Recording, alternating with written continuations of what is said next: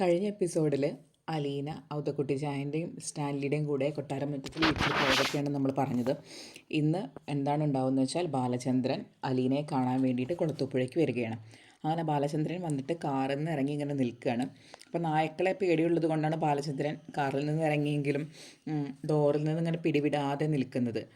വീടിനുള്ളിൽ നിന്ന് പെട്ടെന്ന് അലീന ഓടി ഇറങ്ങി വരുന്നത് കണ്ടപ്പോൾ ബാലചന്ദ്രന് സമാധാനമാവും. അങ്ങനെ അലീന ഓടി വന്നിട്ട് ബാലൻ്റെ മുൻപിൽ നിന്നിട്ട് ചിരിക്കുകയാണ്. എന്നിട്ട് അച്ഛാ എന്ന് ഉറക്കെ വിളിക്കുകയാണ്. ആ വിളിയിൽ എല്ലാം ഉണ്ട്. ബാലചന്ദ്രമേനോനോടുള്ള സ്നേഹവും ക്ഷേമാന്വേഷണം, പിന്നെ അവളേനെ ആ വീട്ടിലോട്ട് എത്തിച്ചതിനുള്ള നന്ദിയും എല്ലാം, പിന്നെ അതിലൊക്കെ പുറമെ ഓർക്കാപ്പുറത്ത് ബാലനെ കണ്ടതിലുള്ള അത്ഭുതവും ആനന്ദവും എല്ലാം അതിലുണ്ട്. അപ്പോൾ ബാലൻ ചോദിക്കും, ഞാനിനി മോളേന്ന് വിളിക്കണോ? അപ്പോൾ അലീന പറയും, പിന്നെ വേണ്ടേ? അപ്പോൾ ബാലചന്ദ്രൻ ചിരിച്ചുകൊണ്ട് പറയും, മോളേന്ന് വിളിക്കും. അപ്പോൾ അലീന പറയും, മോളേന്ന് മാത്രം വിളിച്ചാൽ പോലെ ഒരു സല്യൂട്ടും കൂടി അടിച്ചങ്ങ് അടിപൊളിയായനെന്ന്. അങ്ങനെ ബാലചന്ദ്രൻ അവൾക്ക് കൈ നീട്ടിയിട്ട് ഒരു ഷേക്ക് ഹാൻഡ് കൊടുക്കുക. എന്നിട്ട് ചോദിക്കും, നിനക്ക് സുഖമാണോ ഡി മോളേന്ന്? അപ്പം അലീന പറയും, അച്ഛൻ എന്നെ കണ്ടിട്ട് എന്താ തോന്നുന്നതെന്ന്. നീ ഇത്തിരി നിറം വെച്ചിട്ടുണ്ട്, പിന്നെ ഒന്നും കൂടി മിനുങ്ങിയിട്ടുണ്ട്. എന്തായാലും നിനക്ക് ഇവിടെ ഇഷ്ടപ്പെട്ടെന്ന് എനിക്ക് മനസ്സിലായി എന്ന്. അപ്പോൾ അലീന പറയും, അച്ഛൻ എന്നെ ഇവിടെ ആക്കി പോയിട്ട് കഷ്ടി 1 മാസമല്ലേ ആവുന്നുള്ളൂ, അത്ര പെട്ടെന്ന് ഞാൻ മിനുങ്ങിയോ എന്ന്. അപ്പോൾ ബാലൻ പറയും, അതെനിക്കറിയില്ല, പക്ഷെ അന്നത്തെ നിൻ്റെ മുഖം ഞാൻ കൃത്യമായിട്ട് ഓർക്കുന്നുണ്ട്. ലോകത്തിൻ്റെ ഏതോ മൂലയിൽ നിന്ന് നിന്നെ കൊണ്ടു കളയാൻ വന്ന പോലത്തെ ഒരു ഭാവമായിരുന്നു. ഇവിടെ വേണ്ടായിരുന്നു അച്ഛാ എന്ന് നീ എന്നോട് പറഞ്ഞില്ലെങ്കിലും നിൻ്റെ മനസ്സിൽ ആ പരാതി ഉണ്ടായിരുന്നു. ഞാൻ നിന്നെ ഇവിടെ എത്തിച്ചിട്ട് തിരിച്ചു പോകുമ്പോൾ എല്ലാവരായാലും ഉപേക്ഷിക്കപ്പെട്ട പോലെ നിറഞ്ഞ കണ്ണുകളുമായി നീ മുറ്റത്ത് നോക്കി നിന്നതും ഞാൻ ഓർക്കുന്നുണ്ട്. ഇപ്പോഴോ അച്ഛൻ എന്നെ ഇവിടെ കൊണ്ടുവിട്ടത് തെറ്റായെന്ന് തോന്നുന്നുണ്ടോ എന്ന് അലീന തിരിച്ചു ചോദിക്കും. അപ്പോൾ ബാലചന്ദ്രൻ ഇല്ല, മിണ്ടില്ല. പിന്നെ മോള് പറ, ഇവിടുത്തെ വിശേഷങ്ങൾ എന്തൊക്കെയാണ് പറ. അപ്പോൾ അവൾ പറയും, അച്ഛൻ ഇവിടെ കൊടുന്ന് എന്നെ ആക്കിയതിൽ എനിക്ക് നല്ല സന്തോഷം മാത്രമേ ഉള്ളൂ, എങ്ങനെ അച്ഛൻ്റെ അടുത്ത് നന്ദി പറയാമെന്ന് എനിക്കറിയില്ല എന്ന് പറഞ്ഞ് ബാലൻ്റെ കൈ പിടിച്ചിട്ട് അവളെ മുഖത്തോട് ചേർക്കുകയാണ്. അങ്ങനെ ബാലൻ പറയും, മതി മതി, നീ എന്നെ ഇവിടെ നിർത്തിയിട്ട് സംസാരിക്കാനാണല്ലേ നിർത്തി സംസാരിച്ചിട്ട് എന്നെ പറഞ്ഞു വിടാനല്ലേ ഉദ്ദേശിക്കുന്നത്? അതൊന്നും പറ്റില്ല. അപ്പോൾ അലീന പറയും, അച്ഛനല്ലേ അകത്ത് കയറാതെ നിൽക്കുന്നത്, ഇങ്ങോട്ട് വായോ എന്ന് പറഞ്ഞ് വീടിൻ്റെ അകത്തോട്ട് കയറ്റുകയാണ്. അപ്പോൾ ബാലൻ പറയും, നിൻ്റെ നായ്ക്കളെ പേടിച്ചിട്ടാണ് അവളെ നിന്നത്, ആക്രമിക്കാൻ വന്നാൽ കാറിൻ്റെ ഉള്ളിൽ എങ്ങനെയെങ്കിലും കയറി രക്ഷപ്പെടണമല്ലോ എന്ന് തമാശയ്ക്ക് പറയുകയാണ്. അപ്പോൾ നമ്മുടെ അലീന പറയും, അതിന് ഇവിടുത്തെ നായ്ക്കൾ അങ്ങനെ ആരെയും ഉപദ്രവിക്കൊന്നുമില്ല അച്ഛാ, ശത്രുക്കളെ മിത്രങ്ങളൊക്കെ അവർക്ക് തിരിച്ചറിയാം, അല്ലെങ്കിലും അമിത ശൗര്യക്കാരെയൊന്നും തുറന്നു വിടാറില്ല, അവരൊക്കെ കൂട്ടിൽ തന്നെയാണെന്നും. അങ്ങനെ അലീന ബാലേന്ദ്രൻ്റെ കൈ പിടിച്ചിട്ട് അകത്തോട്ട് കയറ്റുകയാണ്. അപ്പോൾ ബാലൻ പറയും, ഒരു സാധനം കൊടുത്തിട്ടുണ്ട്, അതും കൂടി എടുക്കട്ടെ എന്ന് പറഞ്ഞിട്ട് കാറിൻ്റെ പിൻസീറ്റിൽ ഒരു പാക്കറ്റ് എടുത്ത് അവൾക്ക് കൊടുക്കും. അപ്പോൾ അലീന ചോദിക്കും, ഇതെന്താ അച്ഛാ? അതൊന്നുമില്ല, ഞാൻ നിന്നെ കാണാൻ വരുമ്പോൾ എന്തെങ്കിലും സമ്മാനം തരണ്ടേ, അതുകൊണ്ട് കൊടുക്കുന്നതാണ്. അപ്പോൾ അവൾ താങ്ക് യു അച്ഛാ എന്ന് പറഞ്ഞ സന്തോഷത്തിൽ അത് വാങ്ങിയാണ്. അങ്ങനെ ഇവർ രണ്ടുപേരും ഡൈനിങ് ഹാളിലോട്ട് കയറുമ്പോൾ അവിടെ ഔതക്കുട്ടി ചായൻ ഇരിക്കുന്നുണ്ട്. അപ്പോൾ ഔതക്കുട്ടി ചായൻ ചോദിക്കും, ഇതാരാ മോളേന്ന്? ഇതാണ് എൻ്റെ അച്ഛൻ എന്ന് പറഞ്ഞ് അലീന പരിചയപ്പെടുത്തി. എന്നിട്ട് പറയും, അച്ഛനാണ് എനിക്ക് പപ്പയെ കണ്ടുപിടിച്ചതെന്നും ഇവിടെ കൊണ്ടുവന്നത് ഏൽപ്പിച്ചതും. ഇവിടെ നിന്ന് വരുന്നതിന് മുൻപ് കുറേ നാൾ ഞാൻ അച്ഛൻ്റെ വീട്ടിലാണ് താമസിച്ചിരുന്നത്. അങ്ങനെ ബാലചന്ദ്രമേനോനും ഔതക്കുട്ടിച്ചായനും അങ്ങോട്ടും ഇങ്ങോട്ടും പരിചയപ്പെടണം. അപ്പോൾ ബാലേന്ദ്രൻ പറയും, ഞാനന്ന് അലീനയെ കൊണ്ടുവിടാൻ വന്നപ്പോൾ ഇവിടെ ഉണ്ടായിരുന്നില്ലല്ലോ എന്ന്. ഇല്ല, ഞാനിവിടെ താമസം തുടങ്ങിയതിന് ശേഷമാണ് ഇങ്ങോട്ട് വന്നത് എന്നൊക്കെ പറയുകയാണ്. അങ്ങനെ അലീന ബാലേന്ദ്രനെ ഡൈനിങ് ഹാളിലോട്ട് കൊണ്ടുപോയി. എന്നിട്ട് ചോദിക്കും, അച്ഛന് ചായ വേണോ, കോഫി വേണോ, ലെമൺ ജ്യൂസ് വേണോ, എന്താ വേണ്ടത്? നിനക്ക് ഇഷ്ടമുള്ളത് എടുത്തോ എന്ന് പറയും. അപ്പോൾ അലീന പറയും, എന്നാൽ ശരി, ഉച്ചയാവാറായില്ല, അല്ലെങ്കിൽ ലെമൺ ജ്യൂസ് എടുക്കാമെന്ന് പറഞ്ഞ് അലീന ജ്യൂസ് തയ്യാറാക്കിയിട്ട് വരികയാണ്. അപ്പോഴേക്കും നമ്മുടെ പൗലോസൊക്കെ തെറ്റിപ്പോയിട്ടുണ്ട്. പൗലോസ് അടുക്കളയിൽ നിന്നിരുന്ന പൗലോസ് ഉണ്ടല്ലോ, ഇത്തിരി അഹങ്കാരം കൂടുതലുള്ള കുക്ക്, ആ കുക്കൊക്കെ അവിടെ നിന്ന് തെറ്റിപ്പോയിട്ടുണ്ട്. അപ്പോൾ അലീനയുടെ ആ വിശേഷം ചോദിക്കും ബാലചന്ദ്രൻ. അപ്പോൾ അറിയില്ല, അവരൊന്നും വന്നിട്ടില്ല, ഇപ്പം ഞാൻ തന്നെയാണ് ഇവിടുത്തെ ചീഫ് കുക്ക് എന്നൊക്കെ പറയണം. പിന്നെ അലീന വീട്ടിലത്തെ വിശേഷങ്ങളൊക്കെ ചോദിക്കണം, വീട്ടിൽ അമ്മയുടെ വിശേഷം എങ്ങനെയുണ്ട്, പിള്ളേരൊക്കെ എന്ത് പറയുന്നു എന്നൊക്കെ അലീന അങ്ങനെ ചോദിക്കുകയാണ്. അങ്ങനെ ബാലേന്ദ്രൻ എല്ലാ വിശേഷം പറയുമ്പോൾ അലീന അങ്ങനെ ബാലേന്ദ്രൻ്റെ മുഖത്തോട്ട് ഇങ്ങനെ നോക്കിയിരിക്കുകയാണ്. അപ്പോൾ അലീനയ്ക്ക് ഇങ്ങനെ ഒരു ചെറിയ കുറ്റബോധം വരും. അപ്പോൾ എത്രയായാലും തൻ്റെ അമ്മയോടൊപ്പം 22 വർഷം നല്ല സംതൃപ്തമായിട്ട് ദാമ്പത്യ ജീവിതം നയിച്ച ആളാണ്. ഞാൻ ആ വീട്ടിൽ ചെന്നപ്പോൾ മുതലാണ് ഇവരുടെ കുടുംബം തകർന്നത്. തൻ്റെ ജന്മരഹസ്യമാണ് അതിൻ്റെ മൂല കാരണം. ഇനി എന്നെങ്കിലും അച്ഛനും അമ്മയും ഒത്തുചേർന്ന് പഴയ പോലെ ഒരു സ്നേഹമുള്ള കുടുംബജീവിതം ഉണ്ടാകുമോ എന്നൊക്കെ ഇങ്ങനെ അവളങ്ങനെ ഒരു നിമിഷം കൊണ്ട് ആലോചിക്കുകയാണ്. അപ്പം ബാലൻ ചോദിക്കും, നീ എന്തെങ്ങനെ ആലോചിച്ചിരിക്കുന്നതെന്ന്. അപ്പോൾ അവൾ ചോദിക്കുകയാണ്, അല്ല അച്ഛാ, എത്ര സ്നേഹത്തിൽ കഴിഞ്ഞ കുടുംബമായിരുന്നു അച്ഛൻ്റേത്, ഞാനത് വന്നെല്ലാം താറുമാറാക്കിയല്ലേ. അപ്പോൾ ബാലചന്ദ്രൻ ചിരിച്ചതിന് ശേഷം പറയും, അത് സ്നേഹമൊന്നുമല്ല മോളെ, എന്ന് പറഞ്ഞിട്ട് ആ ലെമൺ ജ്യൂസ് ഇങ്ങനെ കുടിക്കണം. പിന്നെ എൻ്റെ കുടുംബം ദാമ്പത്യ ജീവിതവും നീ മൂലം തകർന്നല്ലോ എന്നുള്ള കുറ്റബോധമൊന്നും നിനക്ക് വേണ്ട. വൈജയന്തി ആദ്യം മുതലേ ഒരു വിട്ടുവീഴ്ചയ്ക്കും തയ്യാറല്ലായിരുന്നു. എൻ്റെ ഇഷ്ടങ്ങൾക്കൊന്നും അനിഷ്ടങ്ങൾക്കൊന്നും ഒരു പുല്ല് വില പോലും അവൾ കൽപ്പിച്ചില്ല. അവളുടെ ഇഷ്ടമെന്തോ അത് നടക്കണം, അവളുടെ ആഗ്രഹമെന്തോ അത് നിറവേറണം. എല്ലായിടത്തും അവളുടെ ഒരു അധീശത്വം സ്ഥാപിക്കണം. ഞാൻ എപ്പോഴൊക്കെയോ എൻ്റെ താല്പര്യം കൂടി കണക്കിലെടുത്തിട്ടുണ്ടോ അപ്പോഴെല്ലാം അവൾ കലാപമുണ്ടാക്കി. മനസമാധാനത്തിന് വേണ്ടി ഞാൻ അതിനെല്ലാം വഴങ്ങി. പക്ഷെ നീ എൻ്റെ വീട്ടിൽ വന്നത് മുതൽ ഞാൻ മനസ്സിലാക്കി തുടങ്ങി, അധികാരം പ്രയോഗിച്ചും അടിച്ചമർത്തിയും കലഹിച്ചും സ്വന്തം ഇഷ്ടങ്ങൾ നടപ്പാക്കുന്നതല്ല സ്നേഹമെന്ന്. സ്നേഹമെന്നാൽ സ്നേഹിക്കുന്നവർക്ക് വേണ്ടി സ്വയം നഷ്ടപ്പെടാനുള്ള സന്നദ്ധതയാണ്. അത് സ്നേഹിക്കുന്ന ആളിൻ്റെ ഇഷ്ടങ്ങൾക്ക് വേണ്ടി സ്വന്തം ഇഷ്ടങ്ങളെ ബലി കൊടുക്കും. സ്നേഹിക്കുന്ന ആളിൻ്റെ സ്വന്തം സന്തോഷങ്ങളായി അത് ഏറ്റെടുക്കും. സ്നേഹിക്കുന്നവർക്ക് വേണ്ടി സ്വന്തം ജീവൻ പോലും നഷ്ടപ്പെടുത്താനുള്ള മനസ്സാണ് യഥാർത്ഥ സ്നേഹമെന്ന് നീയാണ് എനിക്ക് കാണിച്ചു തന്നത്. അപ്പോൾ അലീന പറയും, അച്ഛനും അമ്മയ്ക്കും തമ്മിലുള്ള അകൽച്ചയ്ക്ക് അതൊന്നുമില്ലല്ലോ കാരണം. അലീന ഇങ്ങനെ വാദിച്ചുകൊണ്ടിരിക്കുകയാണ്. അപ്പോൾ ബാലേന്ദ്രൻ പറയും, അതും ഒരു കാരണമാണ്. എന്നിൽ വിശ്വാസം അർപ്പിച്ച എൻ്റെ ഇഷ്ടാനങ്ങൾക്ക് വേണ്ടി എന്ത് ത്യാഗവും സഹിച്ച് എന്നെ സ്നേഹിച്ച് പരിപാലിക്കുന്ന ഒരാളാണ് വൈജയന്തിയെങ്കിൽ ചിലപ്പോൾ ഇങ്ങനെയൊന്നും സംഭവിക്കാനായി പോകുന്നില്ലായിരുന്നു. പക്ഷേ ഇതിപ്പോൾ അങ്ങനെയൊന്നുമല്ലല്ലോ. അവളെ എന്നെ 23 വർഷം ഒരു കൊടും വഞ്ചന മറച്ചു പിടിച്ചുകൊണ്ട് പാതിവൃത്യത്തിന് നൊബേൽ സമ്മാനം കിട്ടിയവൾ എന്ന നിലയിൽ അവൾ എന്നോട് കാട്ടിയ ധാർഷ്ട്യം അതെന്തോരായിരുന്നു. അപ്പോൾ അതുകൊണ്ട് മാത്രം എനിക്ക് അവളോട് ഇതൊന്നും ക്ഷമിക്കാൻ പറ്റില്ല എന്ന് പറഞ്ഞിട്ട് ബാലചന്ദ്രൻ ഇങ്ങനെ ഇരിക്കുകയാണ്. അപ്പോൾ അലീന പറയും, അച്ഛൻ ഇന്നലെ വന്നിരുന്നെങ്കിൽ ഞങ്ങളിവിടെ കാണാൻ പറ്റില്ലായിരുന്നു, ഞങ്ങളിവിടെ പപ്പയുടെ വീട്ടിലൊക്കെ പോയ പുനലൂർ, ഇന്നാണ് തിരിച്ചെത്തിയത് എന്നൊക്കെ പറയണം. പിന്നെ വീട്ടിലത്തെ വിശേഷങ്ങളൊക്കെ ചോദിക്കുകയാണ്. അപ്പോൾ അപ്പോൾ ബാലേന്ദ്രൻ ചോദിക്കും, അല്ല നീ പുനലൂർ പോയിട്ട് അവിടെ എങ്ങനെ ഉണ്ടായിരുന്നു എന്നൊക്കെ. കുഴപ്പമില്ല എന്നൊക്കെ അവൾ പറയും. പിന്നെ ബബിതയുടെയും കൃഷ്ണമോളൊക്കെ വിശേഷങ്ങൾ ചോദിക്കണം. അപ്പോൾ ബാലൻ പറയും, ബബിതയും കൃഷ്ണമോളും ഒക്കെ അവർക്ക് എക്സാം തുടങ്ങുകയല്ലേ, പിന്നെ രോഹിത്തിന് ഏപ്രിൽ എക്സാം തുടങ്ങും. കൃഷ്ണമോൾ എപ്പോഴും ഇരുന്ന് വായിക്കുന്നത് കാണാം. രോഹിത്താണെങ്കിൽ ഇടയ്ക്ക് മുറിയിൽ കയറി വാതിലടയ്ക്കും, പിന്നെ അകത്ത് എന്താ നടക്കണമെന്നൊന്നും അറിയാറില്ലല്ലോ. അപ്പോൾ അലീന ചോദിക്കും, അച്ഛൻ അവരോടൊന്നും സംസാരിക്കാറില്ലേ? ഞങ്ങൾക്കൊന്നും സംസാരിക്കാനില്ലാത്തത് പോലെയായി, നീ ഉണ്ടായിരുന്നപ്പോൾ അങ്ങനെ ആയിരുന്നില്ലല്ലോ. അങ്ങനെ വൈജയന്തി വന്നപ്പോൾ ആദ്യം തമ്മിൽ മക്കളുടെ ആ ഒരു സ്നേഹവും ആ യൂണിറ്റി ഇല്ലാതാക്കിയാണ് ആദ്യം അവൾ ചെയ്തത്. പിന്നെ രോഹിത്തിന് കുറച്ച് ക്ഷമയുള്ളത് കൊണ്ട് അവൻ പിടിച്ചു നിന്നു. ബബിതയ്ക്ക് പഴയ ആ മൂശേട്ട സ്വഭാവം വന്ന് കയറിയിട്ടുണ്ട്. എന്തെങ്കിലും ദേഷ്യം വന്ന് അവൾ അപ്പം ഷൗട്ട് ചെയ്യും, കയ്യിൽ കിട്ടിയതൊക്കെ എടുത്ത് വലിച്ചെറിയും, നിരാഹാരം, എല്ലാ അഭ്യാസങ്ങളും അവൾ തിരിച്ചു വന്നു. അപ്പോൾ അലീന ബാലേന്ദ്രനെ കുറ്റപ്പെടുത്താണ്. അപ്പോൾ അച്ഛൻ അവരെ ശ്രദ്ധിക്കാത്തത് കൊണ്ടാണ് അവർക്ക് ആ സ്വഭാവമൊക്കെ വീണ്ടും വന്നത്. അപ്പോൾ ബാലചന്ദ്രൻ പറയാണ്, ഐക്യവും ശാന്തിയൊന്നും ഇല്ലെങ്കിൽ ഈ സംഭാഷണങ്ങൾക്ക് ഒരർത്ഥവുമില്ല മോളെ, അതാണ് ഇവിടുത്തെ പ്രശ്നം എന്നൊക്കെ പറഞ്ഞ് അവർ പരസ്പരം അങ്ങോട്ടും ഇങ്ങോട്ടും വാദിച്ചുകൊണ്ടിരിക്കുകയാണ്. അങ്ങനെ ഇനി അപ്പോൾ ബാലനോട് അലീന പറയാണ്, അച്ഛൻ വന്നിട്ട് കുറച്ച് നേരമായില്ലേ, പപ്പയെ കണ്ടില്ലല്ലോ എന്ന് പറയുകയാണ്. അപ്പോഴേക്കും നമ്മുടെ സ്റ്റാൻലി പുറത്ത് പോയിക്കായിരുന്നു, തോട്ടത്തിൽ പോയിക്കായിരുന്നു. അപ്പോൾ ഒരു ഉച്ച സമയമൊക്കെ ആയി ഏകദേശം. അപ്പോൾ ആ സമയത്ത് സ്റ്റാൻലി തിരിച്ചു വരികയാണ്. അപ്പോൾ തിരിച്ചു വരുമ്പോൾ മുറ്റത്തൊരു കാർ ഇങ്ങനെ കിടക്കുന്നത് കണ്ടു. അപ്പോൾ തന്നെ അയാൾക്കൊരു സംശയമുണ്ട്, ഇത് ആരാണിപ്പോൾ വന്നിട്ടുള്ളത്. അതിന് കയറിയോടുകൂടി ബാലചന്ദ്രനും അലീനയും കൂടിയിട്ട് ഇരിക്കുന്നത് കാണും. അപ്പോൾ സ്റ്റാൻലിയെ കണ്ടപ്പോൾ ബാലൻ എണീറ്റിട്ട് സന്തോഷത്തിൽ നിന്നിട്ട് ഹലോ സ്റ്റാൻലി എന്നൊക്കെ പറഞ്ഞിട്ട് ഷേക്ക് ഹാൻഡ് കൊടുക്കാൻ പോകും. അപ്പം നമ്മുടെ സ്റ്റാൻലിയാണെങ്കിൽ ഇത്തിരി ഗൗരവത്തിൽ ഹലോ എന്ന് പറഞ്ഞിട്ട് ഷേക്ക് ഹാൻഡ് കൊടുക്കും. അപ്പോൾ അലീന ശ്രദ്ധിക്കുന്നത് എന്താണെന്ന് വെച്ചാൽ ബാലനെ കണ്ടിട്ടും സ്റ്റാൻലിയുടെ മുഖത്ത് അത്ര വലിയൊരു സന്തോഷമൊന്നുമില്ല. അപ്പോൾ അത് അലീന നന്നായി ശ്രദ്ധിക്കുന്നുണ്ട്. അപ്പോൾ ആ സ്റ്റാൻലി ചോദിക്കും, ബാലൻ ഊണ് കഴിച്ചോ, നമുക്കൊന്നിച്ചിരുന്ന് കഴിക്കാമെന്ന് പറഞ്ഞിട്ട് സ്റ്റാൻലി അയാളെ ഇൻവൈറ്റ് ചെയ്യണം. അങ്ങനെ അലീന പോയിട്ട് എല്ലാവർക്കും ഭക്ഷണമൊക്കെ വിളമ്പി. അപ്പോൾ അവൾ പറയും, ഇന്ന് കറികളൊക്കെ കുറവാണ്, ഞങ്ങളൊരു യാത്ര കഴിഞ്ഞ് വന്നതല്ലേ ഉള്ളൂ, പെട്ടെന്ന് തട്ടിക്കൂട്ടിയതാ ഇതെല്ലാം. അച്ഛൻ ഫോൺ ചെയ്ത് പറയായിരുന്നെങ്കിൽ ഞാൻ നല്ല എന്തെങ്കിലുമൊക്കെ ഉണ്ടാക്കി വെച്ചേനെ എന്ന് അലീന ഇങ്ങനെ ഒരു സോറി പോലെ പറയാണ്. അപ്പോൾ ബാലൻ പറയും, ഞാൻ സദ്യ ഉണ്ടാകുന്നല്ലോ വന്നത്, നിന്നെ ഒന്ന് കാണാൻ വേണ്ടി മാത്രമല്ലേ, പിന്നെ അച്ഛൻ ഇവിടെ കൊടുന്ന് തള്ളിക്കളഞ്ഞു പോയിട്ട് പിന്നീട് തിരിഞ്ഞു പോലും നോക്കിയില്ല എന്നൊന്നും നിനക്ക് തോന്നരുതല്ലോ എന്ന് പറയുകയാണ് നമ്മുടെ ബാലൻ. അപ്പോൾ സ്റ്റാൻലി ആണെങ്കിൽ പ്രത്യേകിച്ച് ഒന്നും മിണ്ടുന്നില്ല, ഭക്ഷണം കഴിക്കുന്നതിൽ മാത്രമാണ് ശ്രദ്ധ. അപ്പോൾ ബാലേന്ദ്രൻ അയാളോട് സംസാരിക്കാനൊക്കെ ഉണ്ടെങ്കിലും ഇല്ല നമുക്ക് ഫുഡ് കഴിച്ച് കഴിഞ്ഞിട്ട് സംസാരിക്കാം എന്ന് പറഞ്ഞിട്ട് സ്റ്റാൻലി ബാലനെ നിരുത്സാഹപ്പെടുത്തുകയാണ്. അങ്ങനെ ഭക്ഷണത്തിനൊക്കെ ശേഷം സ്റ്റാൻലി ബാലേന്ദ്രനെ മുറിയിലോട്ട് കൂട്ടിക്കൊണ്ടുപോവാണ്.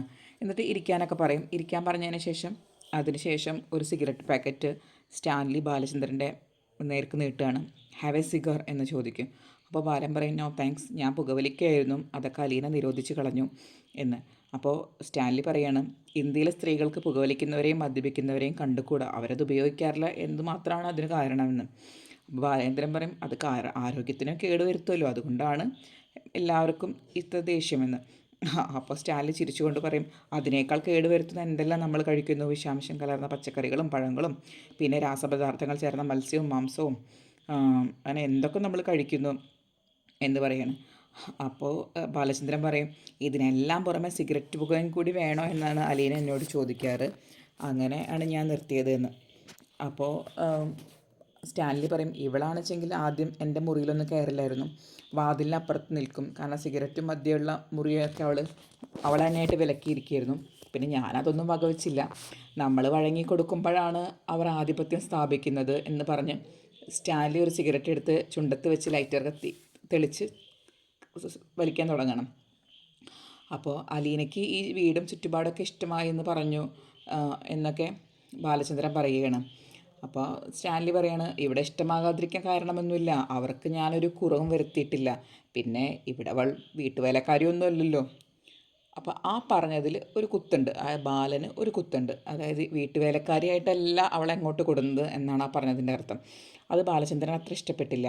അപ്പോൾ ബാലൻ പറയും എൻ്റെ വീട്ടിൽ അവളൊരു വേലക്കാരി ആയിട്ടാണ് വന്നു ചേർന്നത്, എന്നാൽ അവൾ ആരാണെന്ന് അറിഞ്ഞതിന് ശേഷം ഞാൻ അവളെ എൻ്റെ മോളെപ്പോലെയേ കരുതിയിട്ടുള്ളൂ.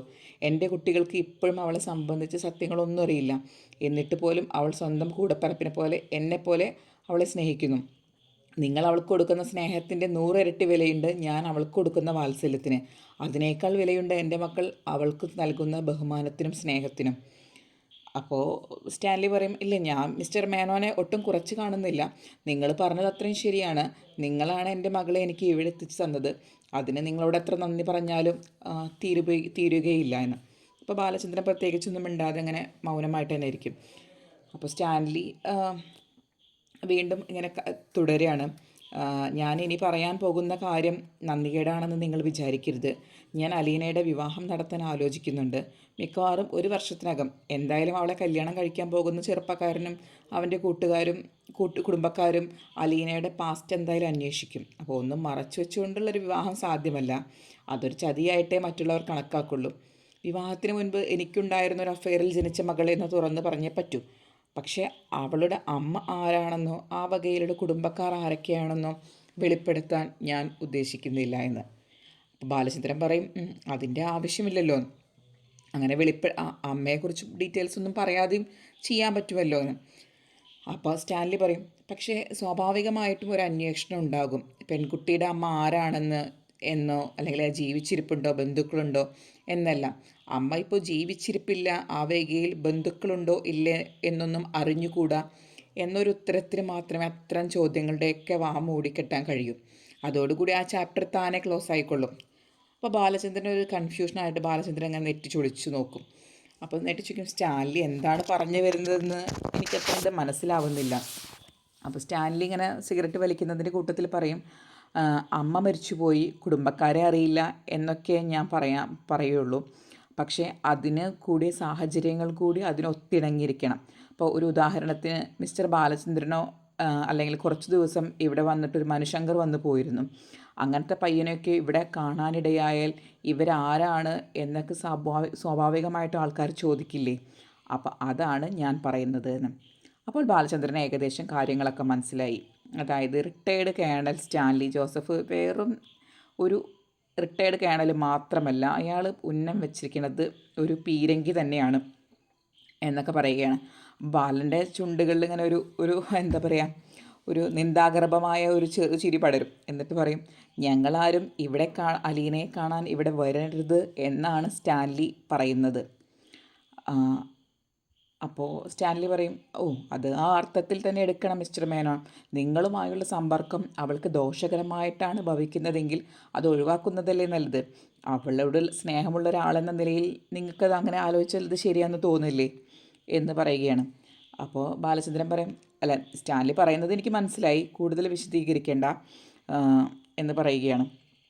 അപ്പോൾ സ്റ്റാൻലി പറയും, ഞാൻ വിശദീകരിക്കുന്നൊന്നല്ല, പാലയിൽ നിന്ന് ഇങ്ങനെ ആളുകൾ ഇടയ്ക്കിടയ്ക്ക് വന്നു പോകുന്നത് മറ്റുള്ളവരിൽ തീർച്ചയായും ഒരു സംശയം ജനിപ്പിക്കും.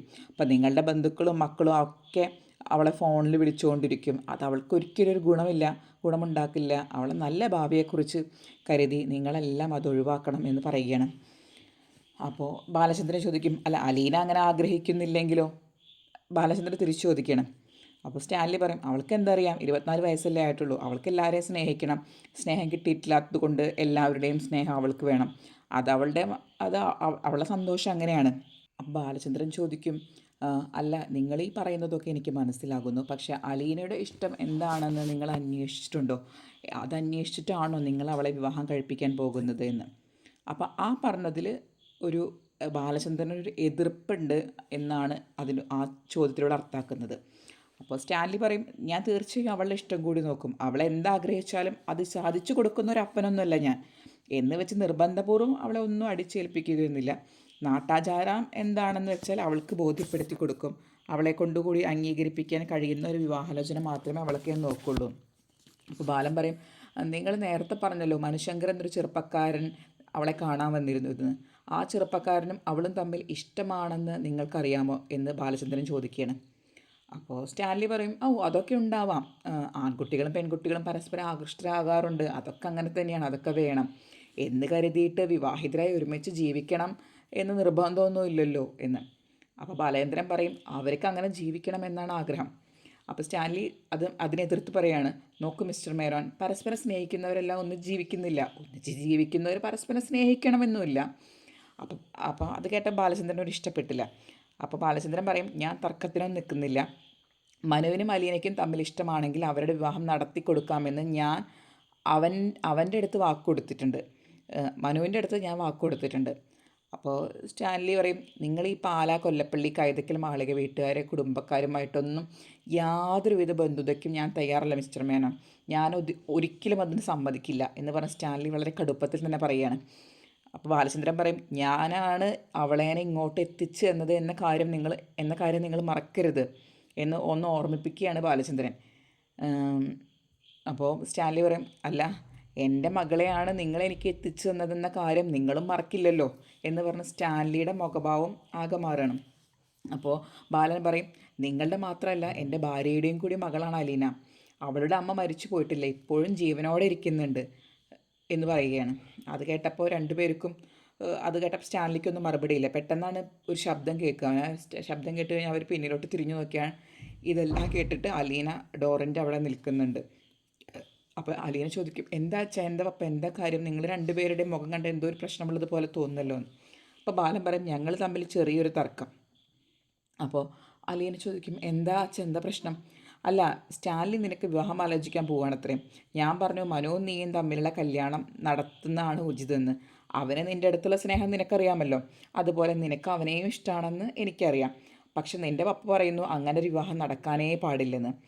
സ്റ്റാൻലി അതിന് സമ്മതിക്കില്ലെന്നാണ് വാശി എന്ന് ബാലചന്ദ്രമേനോൻ തുറന്ന് തന്നെ പറയണം. അപ്പോൾ സ്റ്റാൻലി പറയും, ഇതിൽ വാശിയുടെയും തർക്കത്തിൻ്റെയും കാര്യമൊന്നുമില്ല. എൻ്റെ വീട്ടിൽ താമസിക്കുന്ന എൻ്റെ മകളുടെ വിവാഹക്കാര്യം തീരുമാനിക്കാനുള്ള ധാർമ്മികമായ ഉത്തരവാദിത്വം അവകാശവും അപ്പൻ എന്ന നിലയിൽ എനിക്കാണ്. അത് സ്റ്റാൻലിയുടെ ആ ഒരു സൈഡ് വ്യക്തമാക്കുകയാണ്.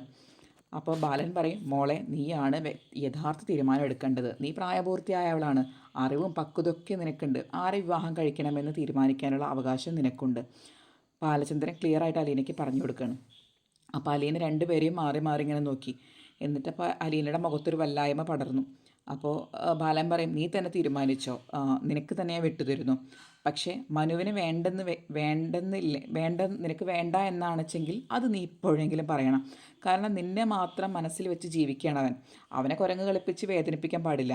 നീ കൈവിട്ടെന്ന് വെച്ചാൽ അവൻ ആത്മഹത്യ ചെയ്ത് കളയുമെന്നൊന്നും നീ പേടിക്കേണ്ട. കുറച്ച് വിഷമിച്ചേക്കും, സാരമില്ല, ധൈര്യമായിട്ട് പറഞ്ഞു. അപ്പോൾ അലീന സ്റ്റാൻലിയുടെയും ബാലചന്ദ്രൻ്റെയും മുഖത്തോട്ട് നോക്കിയിട്ട് ഇങ്ങനെ നിസ്സഹായതയിൽ ഇങ്ങനെ നോക്കുകയാണ്. ഇങ്ങനൊരു പ്രതിസന്ധി ഇത്ര പെട്ടെന്ന് വരുമെന്ന് അവൾ ഒരിക്കലും വിചാരിച്ചില്ല. എന്നിട്ട് അവൾ പറയും, എൻ്റെ വിവാഹകാര്യമാണ് നിങ്ങൾ രണ്ടുപേരും തമ്മിലൊരു പ്രശ്നമുണ്ടാക്കാൻ കാരണം അല്ലേ? അതെനിക്ക് മനസ്സിലായി. അപ്പോൾ കല്യാണക്കാര്യം ഓർത്ത് പപ്പയും വിഷമിക്കേണ്ട, അച്ഛനും വിഷമിക്കേണ്ട. ആരെയും കല്യാണം കഴിക്കാതിരിക്കാനുള്ള സ്വാതന്ത്ര്യം എനിക്കുണ്ടല്ലോ. ഞാൻ അങ്ങനെ ഒരു തീരുമാനത്തിൽ എത്തിക്കൊള്ളാം. അപ്പോൾ അത് കേട്ടപ്പോൾ രണ്ടുപേരുടെയും മുഖം ഒരുമിച്ച് വാടി. കാരണം ബാലനും ആകെ സ്റ്റക്കായി, സ്റ്റാൻലിയും ആകെ ഒരു സ്റ്റക്കായി. അപ്പോൾ ബാലൻ പറയും, ആ തീരുമാനം ശരിയല്ല മോളെ. അപ്പോൾ അവൾ പറയും, അതല്ലെങ്കിൽ പിന്നെ ഒരു വഴിയുള്ളൂ. അച്ഛനും പപ്പയും കൂടി ചേർന്നിട്ട് രണ്ടു പേർക്കും സ്വീകാര്യമായ ഒരു തീരുമാനം എടുക്കുക. നിങ്ങൾ രണ്ടുപേരും ഒരേ സ്വരത്തിൽ എന്തു പറഞ്ഞോ ഞാനത് അനുസരിച്ചോളാം എന്ന് പറഞ്ഞ് സ്റ്റാൻലിയുടെയും ബാലചന്ദ്രൻ്റെയും വായടപ്പിക്കുകയാണ് അലീന. ഇത്രയുമാണ് ഇന്നത്തെ കഥ.